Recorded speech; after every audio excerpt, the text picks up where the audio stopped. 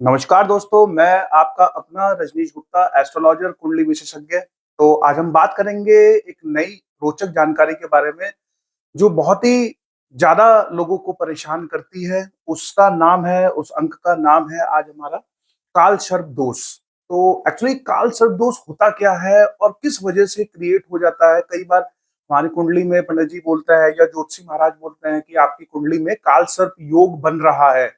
तो काल सर्प योग एक्चुअली होता क्या है, उसके बारे में मैं आपको जानकारी देना चाहता हूं, ताकि आप जब अपनी पत्रिका को देखें तो आप भी जान पाए। और अगर आपने उस दृष्टिकोण से इसको नहीं देखा है तो आप भी अपनी कुंडली को देख के पहचान सके कि क्या काल सर्प दोष आपकी कुंडली में बन रहा है या नहीं। क्योंकि देखिए, जनरली होता क्या है कि काल सर्प दोष होने से हमारा मन बहुत विचलित हो जाता है, हमारे काम कई बार नहीं बनते हैं, हमारे परिवार में बच्चे के आने के चांसेस कम हो जाते हैं, हमारा ध्यान बहुत ज्यादा जो है विचलित रहता है।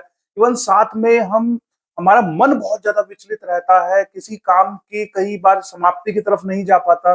कई बार कोई काम हम शुरुआत करना चाहते हैं, बिजनेस में हमें सक्सेस नहीं मिल पाती है। कई बार हमारा ध्यान जो है वो पढ़ाई के अंदर नहीं लगता, बिजनेस हमारा प्रॉपर्ली काम नहीं करता, घर में बहुत कलह रहती है कई बार। तो इस तरह की परिस्थितियां जो है कई बार वो क्रिएट हो जाती हैं। सबसे पहले हम देखते हैं कि एक्चुअली वो कौन सी इक्वेशंस हैं जिसके बेसिस पे जो है वो काल सर्प दोष होता है। देखिए, जनरली ये आपकी एक मैंने चार्ट बनाया है जो कि 12 इसके अंदर भाव हैं।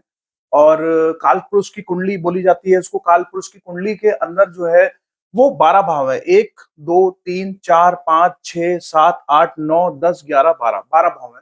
तो 12 भाव में क्या होता है, किसी की कुंडली किसी भी आपके लग्न से स्टार्ट हो सकती है। वो 1 नंबर से स्टार्ट हो सकती है, 2 से, 3 से, 4 से, अल्टीमेटली वो यहाँ से स्टार्ट होती है। तो किसी की भी कुंडली जिस भी नंबर से स्टार्ट होगी, फॉर एग्जाम्पल यहाँ पे हमने 5 नंबर से स्टार्ट कर दी। फॉर एग्जाम्पल ये एक सिंह राशि की कुंडली है, तो हमने 5 नंबर, 6 7 8 9 10 11 12 1 2 3 4।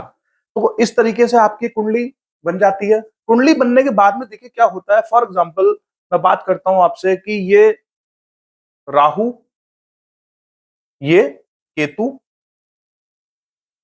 अब इस राहु और केतु के एक तरफ सारे प्लैनेट जब आ जाते हैं, फॉर एग्जांपल यहां पे शनि,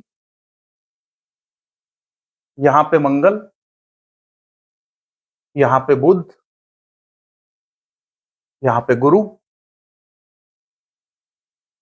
कितने हो गए? 1 2 3 4 5 6। उसके बाद शुक्र, उसके बाद चंद्र,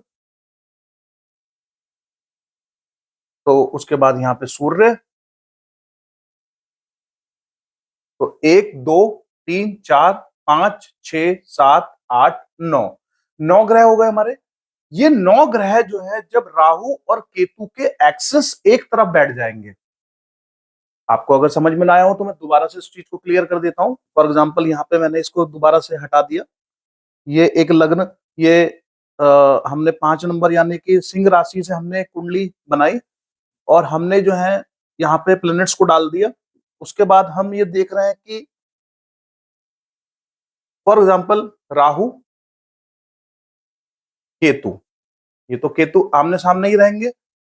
अब राहु और केतु के एक तरफा हो जाए, यानी कि जैसे पूरी 360 डिग्री एंगल के ऊपर बना हुआ है, तो 180 डिग्री एंगल के ऊपर चीजें चली जाए। यानी कि मंगल, चंद्र, सूर्य, शुक्र, गुरु और शनि। तो कितने ग्रह हो गए? 1 2 3 4 5 6 7 8, एक और रह गया बुध। चलिए यहाँ पे बुध को कर लेते हैं। तो अल्टीमेटली हमारे 9 के 9 ग्रह जब राहु और केतु के एक तरफ चले जाएंगे, जैसे कि राहु और केतु है, ये यहां से ये सारे ग्रह इधर चले गए, यानी कि राहु और केतु ने सारे ग्रहों को अपनी तरफ कर लिया, यानी कि 180 डिग्री के एंगल के ऊपर डी की तरीके से। यानी कि ये आप देखेंगे यहां से लेके इधर से लेके और ये यहां से इस तरीके से डी बन गया। यहां से अगर हम बात करें, यहां से ये डी बना रहा है। तो इस तरीके से कुंडली के अंदर जब आपकी कुंडली में राहु और केतु जब और सारे प्लेनेट एक तरफ आ जाए तो उस कंडीशन में आपका काल सर्प दोष जनरेट हो जाता है। काल सर्प दोष एक्चुअली है क्या, इसके बारे में मैं आपको थोड़ी विवेचना कर देता हूं। काल और सर्प, जैसा कि इसके बारे में आप जान पा रहे हो, काल और सर्प। तो काल जो है वो महाकाल से राहु रिलेटेड है और केतु जो है वो सर्प से रिलेटेड है।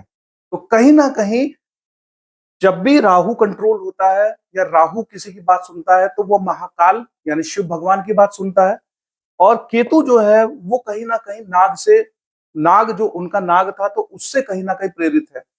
तो काल सर्प दोष के आ जाने से हमारे जीवन में कई बार बालक का ना आना, हमारे जीवन में कई बार बुरे बुरे स्वप्न आना, रात में कई बार हमें उल्टे सीधे स्वप्न आना, पक्षियों नाग का हमें डसते हुए दिखना, या फिर कई बार जो है मतलब रात में हमें अलग तरीके के सपने आना, हमारा मन बहुत ज्यादा विचलित होना, और कई बार हमारे कामों का ना बनना, हमारी स्थिरता ना आना जीवन के अंदर, हमारे बिजनेस में, हमारे जॉब के अंदर कहीं ना कहीं वो जिस स्थिरता की हम बात करते हैं सॉरी, उस स्थिरता का ना आना। तो कई बार मन और हमारा पारिवारिक जीवन में हमेशा कलह रहना।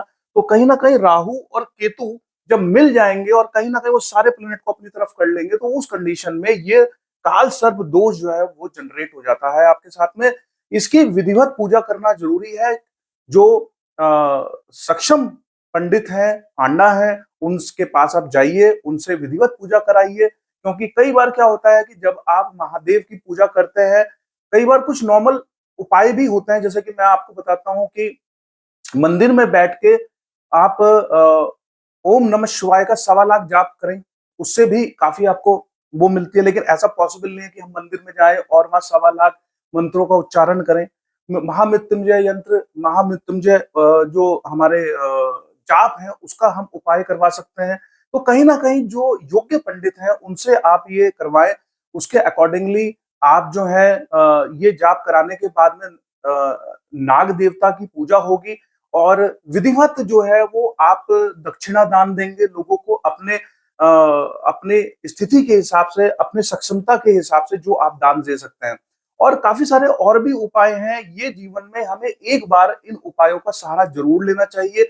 अगर हमारी कुंडली के अंदर काल सर्प दोष है तो हमें एक बार जरूर काल सर्प दोष का निवारण करना चाहिए। इसे करने से आपके जीवन में खुशहाली बढ़ती है, आपके जीवन में जो है बहुत सारी चीजें इंप्रूव्ड हो जाती हैं। तो कोशिश करें जब भी आपकी कुंडली में काल सर्प दोष हो तो उसका निवारण जरूर करें। बहुत सारे उपाय हैं। जब आप किसी ज्योतिषी से और पूछेंगे या हमसे अगर आप सलाह लेना चाहेंगे तो हम आपको और इसके बारे में जानकारी दे पाएंगे। दिए गए नंबरों पे आप हमसे कोऑर्डिनेट कर सकते हैं, बात कर सकते हैं। हमारी कोशिश हमेशा यही रहती है कि आपको आपके बारे में बताया जाए, आपकी कुंडली के बारे में बताया जाए, क्योंकि एक आम आदमी को ज्योतिष के बारे में इंफॉर्मेशन नहीं है, लेकिन थोड़ा बहुत इंफॉर्मेशन रखना आपका दायित्व है। अगर हम लोग कोशिश करके आपको वो इंफॉर्मेशन दे रहे हैं तो जाइए देखिए। कई बार ऐसा होता है कि जब हम लोग कोई वीडियोस बनाते हैं तो लोग कहते हैं अरे क्या जरूरत है, छोड़ो आगे बढ़ते हैं।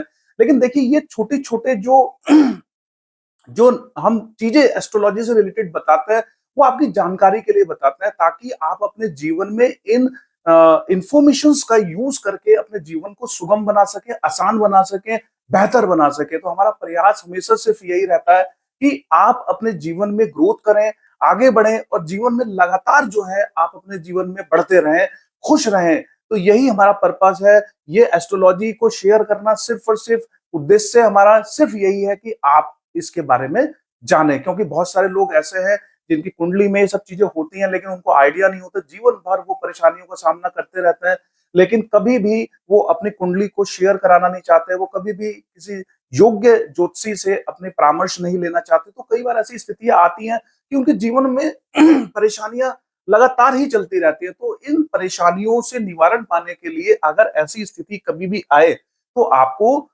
इन उपायों का यूज करना चाहिए, योग्य पंडितों से पूछना चाहिए, योग्य लोगों से पूजा पाठ कराना चाहिए, साथ ही साथ जो है हवन वगैरह कराना चाहिए।